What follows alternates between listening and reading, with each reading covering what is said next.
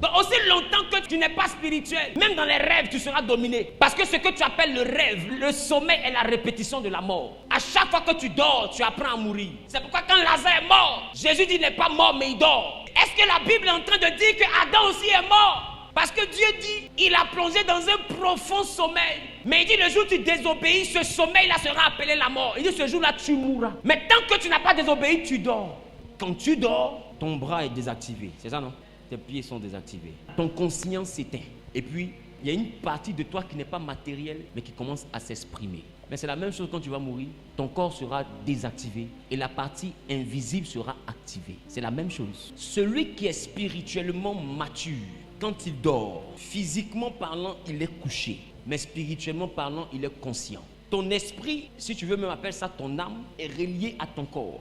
Et d'autres ont déjà vécu des expériences où dans le rêve, quand on te tape, quand tu te réveilles, ton corps a la même trace. On te fait quelque chose, tu te réveilles le matin, ton corps a la même marque. Parce qu'en réalité, à chaque fois que tu dors, ce n'est plus le corps physique, mais c'est le corps spirituel qui commence à s'exprimer. Et quand tu es spirituellement mûr, quand le corps spirituel s'exprime, tu peux te défendre. Mais quand tu n'es pas spirituellement mûr, tu ne peux pas te défendre.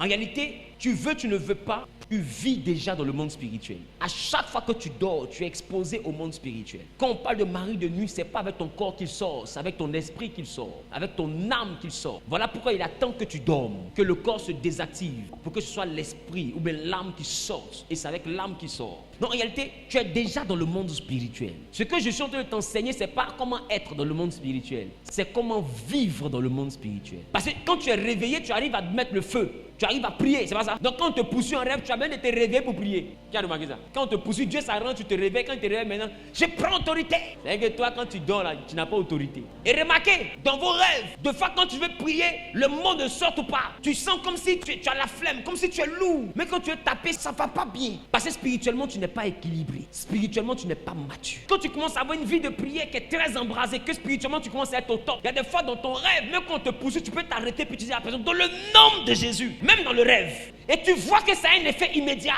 Les gens tombent, les gens font... En tant que tu n'es pas pasteur, à la base tu pries pas, les gens tombent. Mais dans le monde spirituel, quand tu mets le feu, tu les vois en train de fuir. Tu vois que ça agit. Parce que là, spirituellement parlant, tu es au top. Quand tu es spirituellement assis, quelqu'un ne peut pas venir jouer dans ton rêve. Ton rêve devient un danger pour lui. Est-ce que tu sais que le rêve a une porte? Il y a des gens qui peuvent venir dans ton rêve. Et quand tu es spirituellement prêt, tu peux fermer la porte. Ils ne se réveillent pas. Parce que j'ai envie de te dire, tout ce que tu vois dans ton rêve se passe en toi.